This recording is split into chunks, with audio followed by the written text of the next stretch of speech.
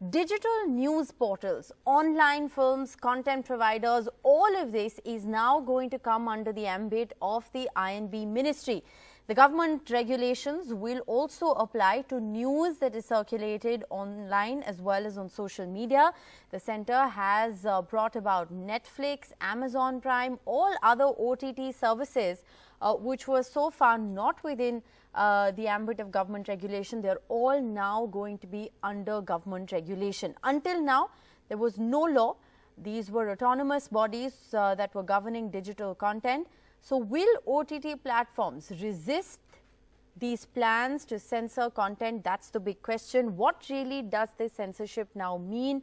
What does it really entail? Those are, of course, questions that still need to be answered. But this, of course, is the big development that we're tracking. Online news, all film content is now going to be within the ambit of the INB ministry. Let's try and understand these developments. We have Jiten Jain, cybersecurity expert, joining us. We also have Arfa Khanum, senior editor of The Wire, with us. Jiten Jain, if I can begin by asking you, break it down for us. What does this new regulation entail?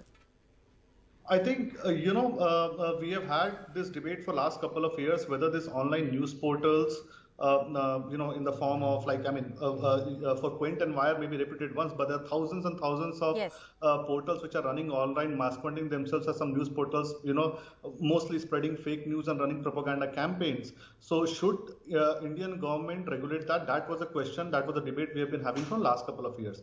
There was another issue where, these social media networks like Twitter or Facebook have long enjoyed provisions of safe harbor clauses, saying that we are only an intermediary. We are not, we don't create content, we don't curate content, we don't censor content. We are just a platform provider, and it is not our responsibility to, whatever comes on our platform. But after so many terror recruitments, online broadcasts of killings on these networks, I think there has been a debate across the world that should these platforms be treated as news platforms?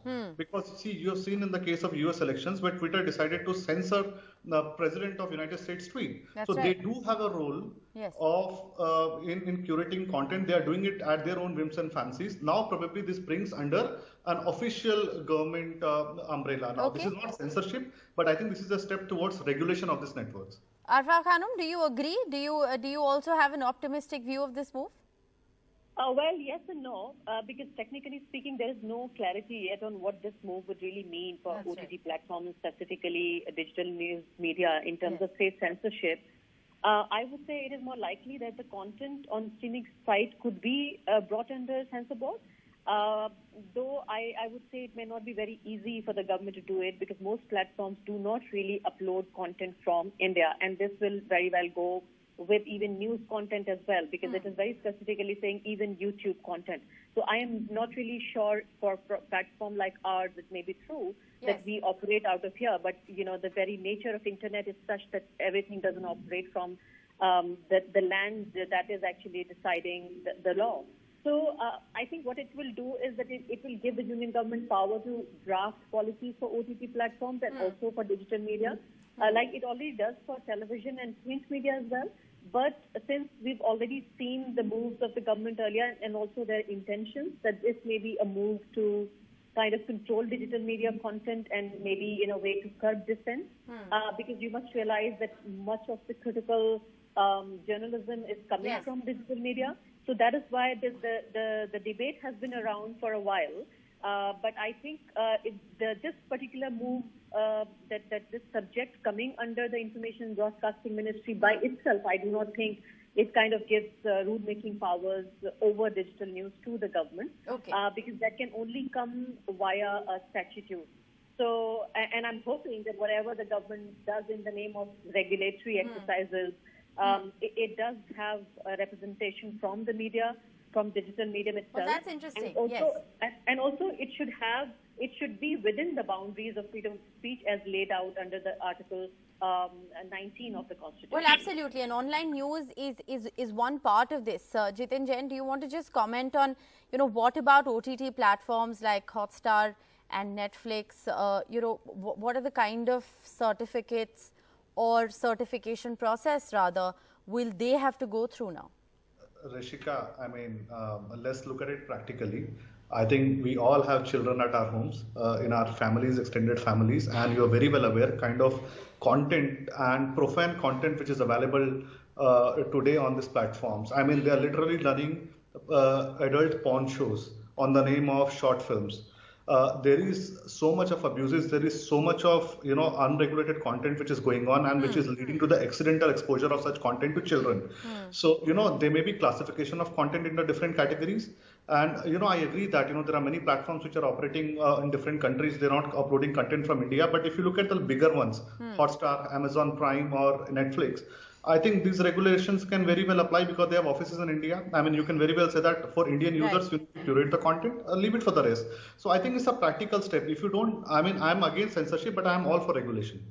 And I think there is no harm. I mean, if you were to compare Quint, Wire, or Print with some shoddy journalistic portals with no background in journalism, just peddling fake news, I'm sure even you would want it to be regulated. It's interesting because it's interesting that you bring up fake news. And Arfa Khanum, would you go so far as to say that this is perhaps the first step in regulating fake news?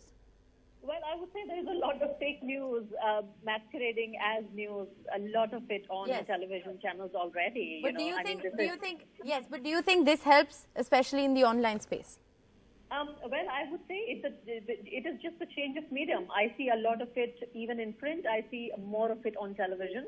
I see even hate, propaganda, everything being aired on television without any censorship. I mean, I am not particularly a supporter of censorship, but here in terms of especially the news platforms, the news digital platforms, we saw the intention of the government when the whole issue of the Sudarshan TV news was in Supreme Court. Instead of saying something for TV and the propaganda being aired on TV, the government, they filed an affidavit in the court and said that this is actually the digital media that needs to be controlled. Yes. So this clearly shows the political preference that much of the TV news that we see is favorable to the government, and that is why they do not have a problem with propaganda and hate campaigns being run on television, but they have a problem with digital news. I would say that instead of censorship, instead of there should be. I think self-regulation is the key. In fact, these OTT platforms, these entertainment platforms, they also had a regulatory. They had, I think, if I'm not wrong, in January 2019, 9 streaming services. They announced a self-regulation code.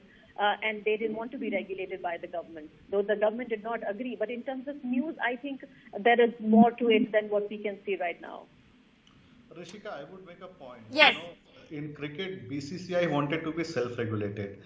Doctors never wanted when the IMA and this Desai scam took place. They didn't want government to come in. Okay. I mean, for any platform, everybody wants self-regulation, but there is always a stage when government does have to step in. And I think you have to see that bringing these platforms under INB ministry, we all have been asking, right, that you please control fake news on social media and Twitter. You summon under what law? So you need some guidelines, you need some framework, and I don't think this means regulating the content. This means regulating the platforms. Even NDTV is regulated today by Press Council or Ministry of INB, but that does not mean that they are censoring your content or regulating your content. There are penal provisions in place in case you go wrong. Even in Sudarshan TV case or Republic TV case, people have gone to Supreme Court to enforce the regulating mechanism of government. But for the online platforms, that framework or any mechanisms or any way out is absent.